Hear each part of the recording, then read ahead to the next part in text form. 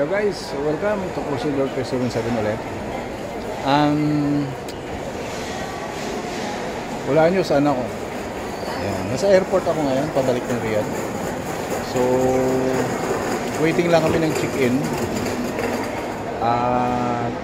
11 pa naman yung flight ko, so time check ngayon 5 o'clock. Mamaya lang ay mag-open na yung ating check-in area. So, meron pala akong bagong bagong balita sa inyo. Ewan ko lang, dati na siguro to. Sa mga dati na rin mga OFW dyan na pabalik-balik ng Saudi Arabia, ay baka alam nyo na to. Nagulat lang ako for 13 years na hindi ako nakauwi. Iba na pala ang patakaran sa pag-check-in ng baggage. So, simple lang. Ito yung mga area na to. Ano to po to? Ito, dito kayo mag-check-in, hindi nyo na kinakailangan palang dumaan sa kung saan magpapacheck ng OEC o kaya yung visa. Diretso na dito bago kayo papasok dito. May mag-check-in na dito. May mag-check na rito ng yung passport ninyo, yung visa ninyo, at the same time yung OEC. Ngayon, kung wala kang OEC at hindi ka nakapag-online, at sabihin na natin nakalimutan mo, hindi natin meron daw dito isang lugar na pwede kayong magpa-issue ng inyong OEC. Yun yung sa mga hindi nakapag-online, exempted online sa OEC. So, it so happens sa akin kagabi. Kaya pala hindi ako makapag-online guys kasi hindi pala ako makapag-print ng aking OEC. Gawa ng cellphone ang gamit ko. So isa sa mga kailangan po ninyong tandaan, pagka nag-online OEC kayo, ay dapat sa computer po kayo, DBM, doon po kayo papasok sa poaa.ph.com. Tapos meron nakalagay doon balik manggagawa, sundan nyo lang. At yung nyo naman, yung papilis nyo naman, lalo pag kayong exit and re-entry, ay meron naman kayong makukuha muna dun sa OWA sa Riyadh o kung saan man kayo, kung sa Jeddah man kayo. So ibig sabihin yan, i-active nyo na lang yung OEC nyo, i-print nyo na lang. So po pwede nyo i-print, pwede rin nyo i-back up na lang sa download niyo sa cellphone nyo. Pero mas maganda, pa-print nyo na rin para pagdating sa checking, hindi na kayo magbubukas-bukas ng cellphone. So yun lang naman yung mga bago dito, wala naman ako nakikita. Ibang pagbabago, ganun pa rin. Marami pa rin OFW. Kaya ito, tingnan ninyo mga naghihintay lahat po yan. Ito, close pa po yung Saudi.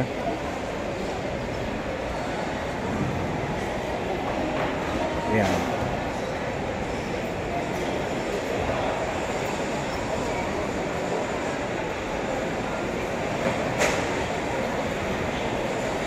Meron na ako isang napansin yung pagtanong mo doon, siyempre pag sinabing Philippine Airlines, meron din, ewan ko kung nag-ooperate pa yung Philippine Airlines sa Saudi, pero parang hindi ko gusto kasi US lang pala yun at saka Philippine Airlines. Pag sinabi mong Saudi, parang baba ng tingin. Kasi OFW, dapat di ganun guys kayo dyan sa mga Philippine Airlines pag may nagtanong sa inyo, sumagot po kayo ng maayos Hindi yung parang dahil kami Saudi Arabia, sasakyan namin at OFW kami, parang iba yung inyong mga sagot. Kaya yun lang naman napansin ko. Doon lang yan sa Philippine Airlines area. Ayun, Philippine Airlines area. Dito naman, mga foreign airlines. Siyempre, kasama na yung Saudi Arabia dito. Yung Saudi Airlines. Yan naman ang mga pinagbabago. Wala namang iba. Siguro, medyo nagyabang lang ng konti. Kaya, pasensya lang. Okay, mamaya ulit, update ko kayo sa ating pong mga videos pagkatapos po ng pag kami naka-check-in. God bless everyone. Bye-bye.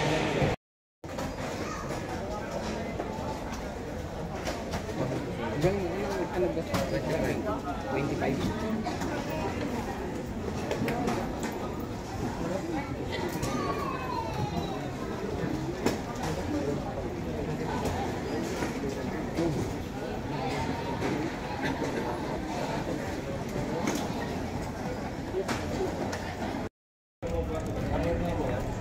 Mas later na siya.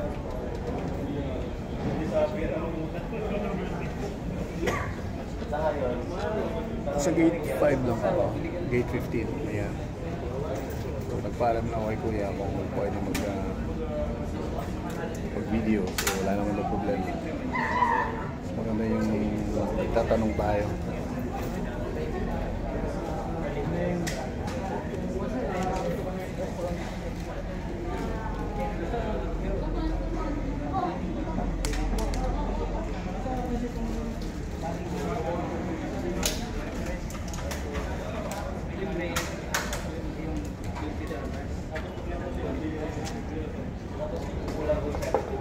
May miss na ng Pilipinas, guys.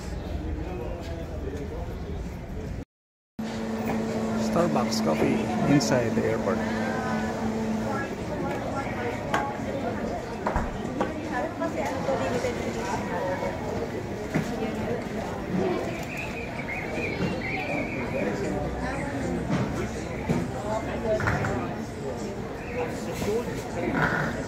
I think you can.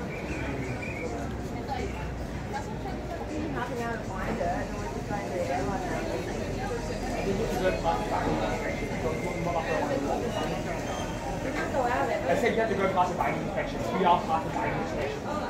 Inspection I was on. Did you get it, Mom? Yes. Terminal 1, is this Terminal 1? Yes, it's Terminal 1.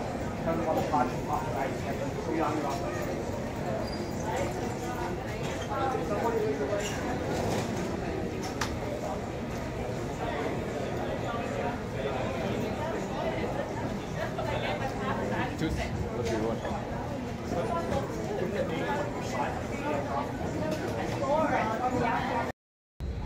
Guys, sa mga OFW na pabalik, huwag po ninyong sayangin pag sinabi sa inyo mayroong refund. Punta po kayo dito, napakasimple lang, makukuha po ninyo 550. Ayan, malinaw po ayun, makukuha ko na. Ang kailangan na po nila is yung boarding pass, at the same time yung OEC. So mas maganda na naka-online na kayo ng OEC, but of course mas maganda i-print out ninyo.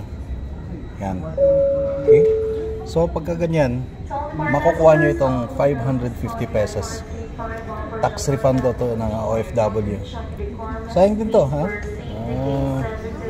Dagdag din to pang kape Starbucks. Okay, so yun lang po yung good news ngayon. Hang on sa mga susunod pang video. Ayan, aware lang ako at medyo ayan, sinakabayan kung nakakuha din. So sayang din yan, ha? Okay, so sige, God bless at safe trip sa atin lahat. Bye-bye. Guys, yung e-travel pala kailangan pauwi ng Pilipinas at saka pabalik. Kailangan ninyong i-register kasi isa po yan sa na-experience ko. Akala ko pauwi lang. So nung pabalik na ako at nag-check-in na ako, kailangan pala yun. So nasa pila ako habang nag-fill up ng e-travel. Kaya next time sa mga OFW, kailangan bago kayo pumunta dito ay ayusin na ninyo yung e-travel.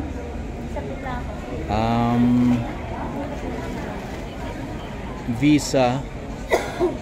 No, pagdating sa check-in, ang kailangan na nila is yung plane ticket mo. Tapos e-travel, passport, yun lang. Tapos pagkatapos mo na mag-check-in, pag nabigyan ka na ng check-in na stub, dito mayroong siyempre i-assign na sa'yo kung anong gate ka. Kunyari gate 15, guys, sa akin gate 15. Meron pang tax refund ewan ko kung hanggang kailan yun. 550. Sayang din yun, no? Kuhanin nyo, no? Kung kasi benepisyo natin yan mga OFW. Ngayon kung ayaw naman ninyong pakinabangan yung 550, kuhanin ninyo, lalo may mga kababayan tayo dito na nagbabantay. Hindi naman illegal pag inabot nyo sa kanila. 550 guys, malaking pera na dito sa Pilipinas. So tulong din yun sa kanila. Hindi naman yan graft or corruption. Kasi pera nyo yan eh. So binigay nyo lang naman yung kausa sa ano, sa mga kung sino gusto nyo bigyan. Yung mga crew dito na naka-assign sa Saudi. Hindi naman sila nanghihingi, pero syempre mas maganda yung bigyan nyo para kung ayaw nyo naman, parang maliit lang sa inyo yung 550. At least nakuha po natin yung benepisyo natin bilang OFW kahit tax refund. Malaking bagay po yan sa mga kababayan natin. Hindi kaya tago nyo para pag nagbakasyon kayo, di mayroon kayong bit-bit. May 550 kayo, may pang taxi kayo pa uwi, di ba? Sunod na bakasyon. Huwag ninyong sayangin yung ano, no, yung mga benepisyo na makukuha sa ating bilang OFW. Kaya abangan nyo palagi yung aking video, yung aking vlog. Yung mga taga-uwa dyan ha, hindi ko kayo tatantanan, ang dami yung atraso. Yung last video ko, klarong-klaro yung ginawa po ninyo, hindi maganda yan. Ulitin ko, sana makarating yan sa ating mga administrador dyan at sa nangangasiwa ng OWA. Huwag po ninyong antayin yung mga OFW ay may sakit bago po nila matanggap yung kanilang mga benepisyo. At kung mag-loan man ay bigyan po ninyo ng ano, pag kinakailangan ng collateral, naglo-loan nga yung tao. Tsaka yung mga nagpo-for good, dapat naman kahit pa paano mayroon naman kaming money back. Okay, kung maglo-loan man kami, eh pagbigyan nyo naman dahil babayaran naman namin yun. Gaya na nasabi ko, 34 years na ako dito sa Saudi Arabia, so 2 years na lang for good na ako. Eh sana naman no, eh makuha naman kami kahit papano. Hindi namin kasalanan yan na hindi kami nagkasakit o nagdistress. Kasi ang pagkasabi po doon ay mabibigyan lang nila ng ika nga balikbayang pangkabuhayan. Ano ba yung programa ninyo? Pag may kapansanan na, okay may sakit, okay distress. Paano yung mga walang naging problema sa Saudi? Eh sana naman mag-fair ka na. Medyo ano naman, pantay naman. Hindi naman namin kasalanan, hindi kami nagkasakit. No? So huwag na ninyong antayin yun ha. At lagi ko kayo sasama, lagi ko kayong ibabas taga-OWA dyan. Pero yung OWA Riyadh, saludo ako sa inyong serbisyo. Okay yun. Ito yung OWA Pasay, wala sa ayos yan. Kape lang maganda doon. Libre kape. Okay, sige guys, update ko kayo mamaya pagka malapit na akong, kasi dadaan po ng Jeddah to. Then from Jeddah, connecting flight, diretso ng Riyadh. So mangyari, darating ako ng Riyadh mga 8 something bago nag 9. Doon na ako mag-out ng aking vlog. Ayan, homesikin ko muna yung mga hindi pa nakakauwi ng Pilipinas. Nandito kami sa immigration. Pagbaba namin dyan mamaya, yun na yun. Ano ng aeroplano. Okay, so God bless everyone. Bye muna. Crusader 377. Subscribe. Okay na guys, board na kami. So mamaya lang 11 na yung flight. Ayan po, pasok na yung masaya.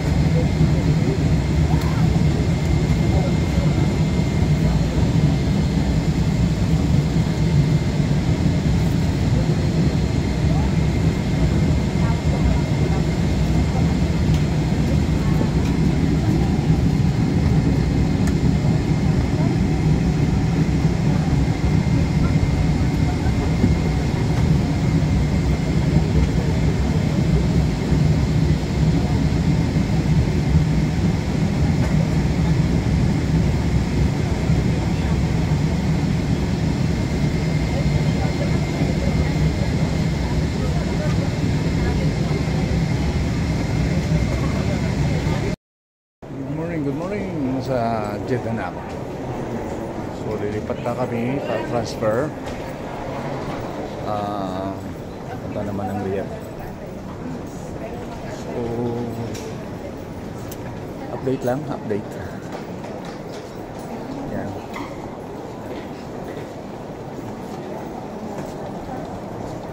Jeddah International Airport. Yahoo! Back to work ulit.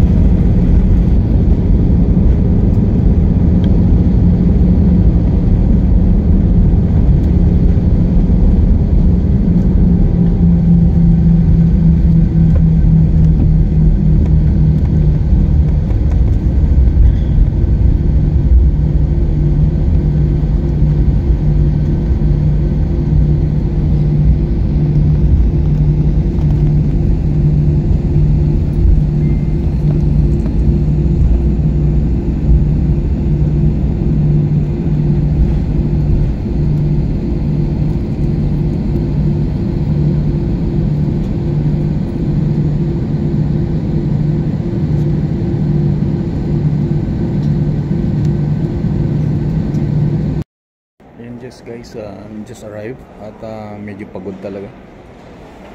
Ayun, naghihintay kami ng aming baggage dito sa conveyor. So after nito ay susunduin na ako ng driver. So signing off na ako guys. Salamat sa pagsusubaybay ng aking biyahe mula Pilipinas to Jeddah, then Jeddah to Riyadh. More on action, sunod pa. Okay, so maraming salamat. God bless everyone. Sa lahat ng mga tumatangkilik sa aking channel, maraming salamat sa pagsusubaybay. At more videos to come. Yes, subscribe and like and share. Okay, so God bless everyone. Paalala muli ni Crusader, manatiling matatag, panalangin at mapagmahal. Laging unahin ang Panginoon sa lahat ng oras. Bye bye. God bless.